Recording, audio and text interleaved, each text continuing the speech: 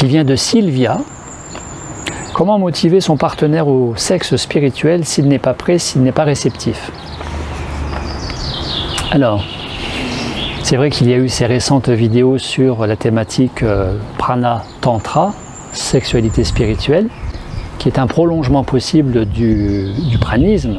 Pranisme et tantrisme, ça va avec. Ce n'est pas obligatoire, mais ça va avec. Vous êtes en couple, vous avez beaucoup avancé avec vous-même. Je parle de Sylvia parce que je la connais particulièrement, par ailleurs.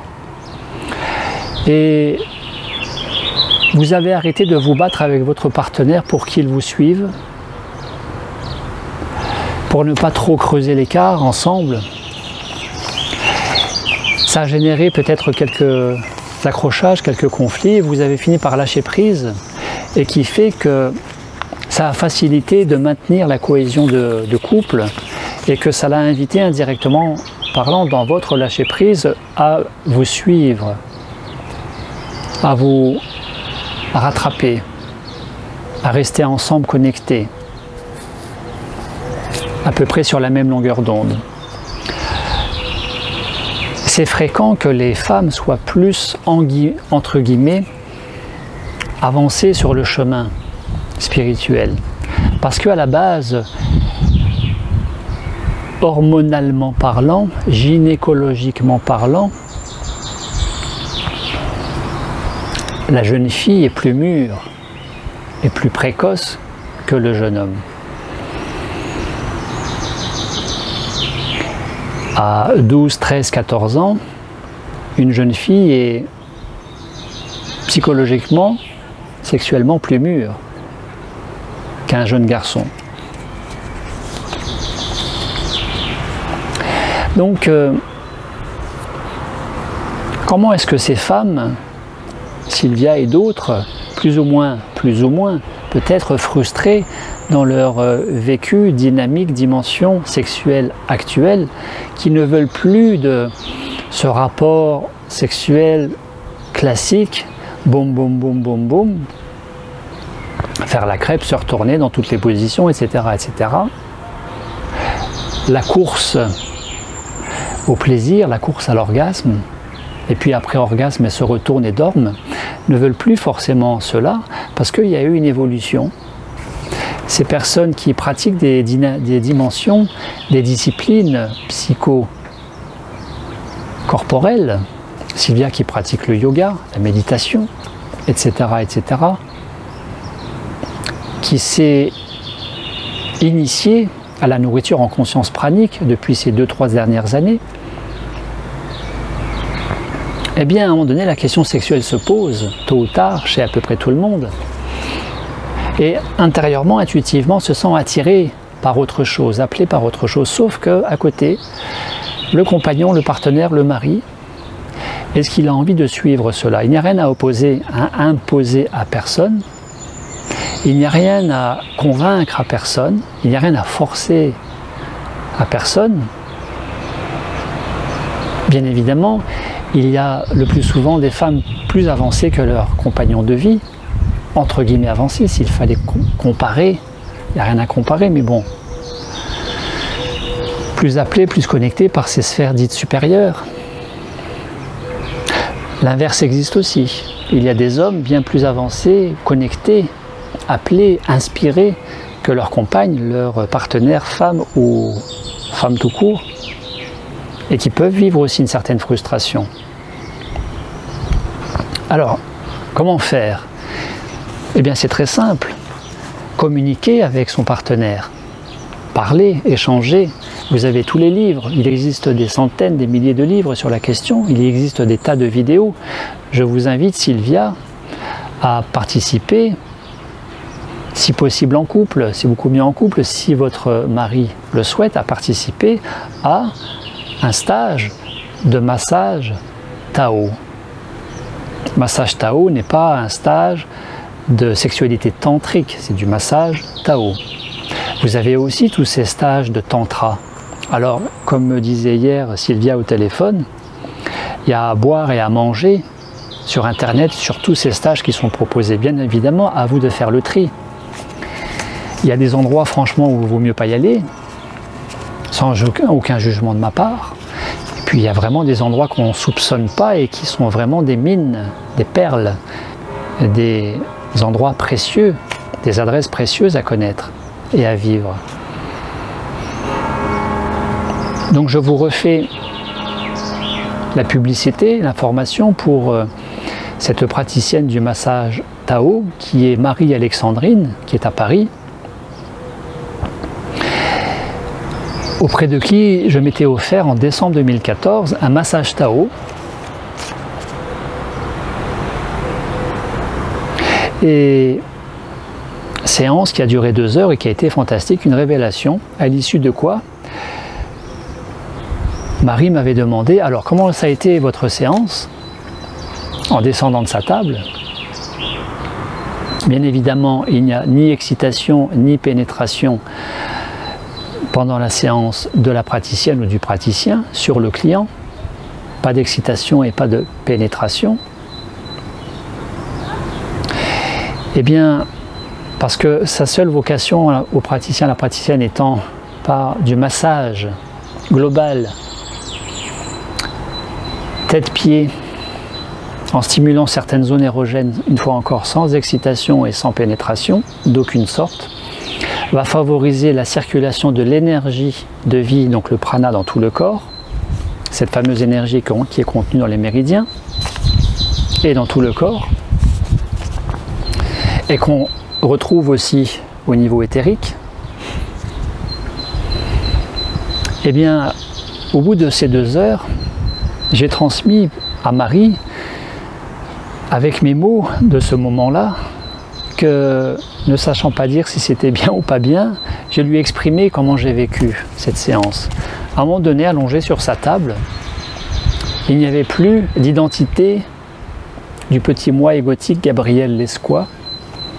Il n'y avait plus du tout la perception du corps physique allongé sur la table. J'étais une conscience, j'étais non pas sur la table mais au-dessus de la table, comme en lévitation. Il n'y avait plus rien. J'étais immergé dans le vide et c'était un vide plein, c'était la plénitude du vide parce que d'être devenu, d'avoir reconnecté en conscience les 4 éléments. J'étais l'eau, j'étais la rivière qui coulait, j'étais le feu qui brûle le soleil, j'étais l'air, le vent qui souffle et j'étais la terre, la densité de la terre quand bien même en suspension au-dessus de la table. J'étais les 4 éléments, j'étais le tout, conscience d'unité, c'était fantastique. Quand je lui ai raconté ça, Marie m'a dit « Génial, super, j'ai réussi ma séance, mon massage, très bien. Je vous invite à la reconnecter, à la contacter. Elle pourra peut-être vous donner le téléphone d'un collègue formé comme elle au massage Tao, qui est peut-être dans votre région, que ce soit à Marseille, que ce soit au Luxembourg, à Bruxelles, à Genève, ou à Brest, ou à Biarritz, peu importe. Et puis, pour répondre à Sylvia, si vous souhaitez sensibiliser votre partenaire à la sexualité spirituelle, c'est au minimum, parmi toutes les vidéos que j'ai fait de près ou de loin sur ce sujet, d'en regarder une en particulier qui est comment maîtriser l'énergie sexuelle. Ça commence par ça, comment maîtriser l'énergie sexuelle. Donc l'homme pénètre et va expirer, et se retire et inspire. Eh bien il va inverser, l'homme pénètre et va inspirer, et il se retire et il expire, pour maîtriser l'énergie sexuelle, maîtriser l'érection, maîtriser et reculer le point culminant, le point ultime, le point culminant du plaisir qui précède l'orgasme et donc l'éjaculation. La sexualité tantrique, taoïste, spirituelle, suggère bien évidemment la maîtrise de l'énergie sexuelle et bien évidemment la maîtrise de son orgasme. Plus vous maîtrisez, plus vous reculez, plus vous gérez la frustration du mental égotique qui veut son petit plaisir, plus vous allez dans le lâcher-prise, la non-attente, le non-vouloir, transformer cet orgasme en extase, orgasme de la chair en extase de l'esprit. À partir du moment où entre la chair et l'esprit, entre le sexe et le mental, ou la tête, il y a cet équilibre des deux qui se fait au niveau du cœur. La sexualité spirituelle n'est absolument rien d'autre, technique ou pas, pratique ou pas, truc ou pas, que la sexualité du cœur. C'est-à-dire que la sexualité spirituelle ne s'envisage pas, à mon sens, avec un partenaire de stage, avec un kidam rencontré le jour même dans la rue ou je ne sais pas où. C'est d'abord un lien du cœur qui est